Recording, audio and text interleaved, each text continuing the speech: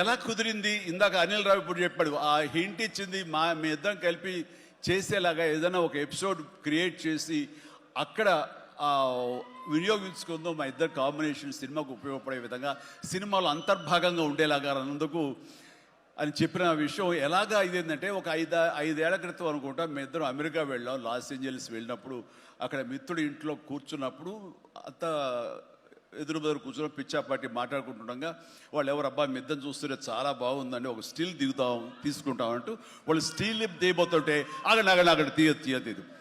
చిరంజీవి కూర్చుంటారు, నేను నిలబడతాను అని చెప్పేసి, అదేంటి వెంకీ అలా కాదు నేను నిలబడతాను అన్నాను. లేదు ఇది నా మైండ్ లోపల ఎప్పటి నుంచో మీరు అట్లా బాస్లో కూర్చుంటే కనుక కాలు మీద కాలు వేసుకుని నేను వెనకాల నిలబడి ఉంటాను.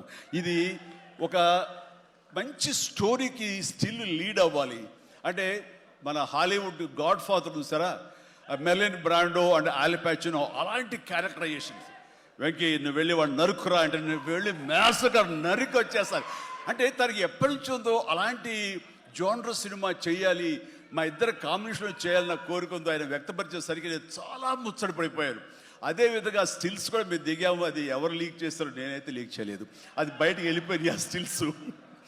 అండ్ అలాగా అది నా మైండ్లో పడేసరికి అప్పటి నుంచి ఈ అవకాశం ఈ సినిమాలో వస్తుంది.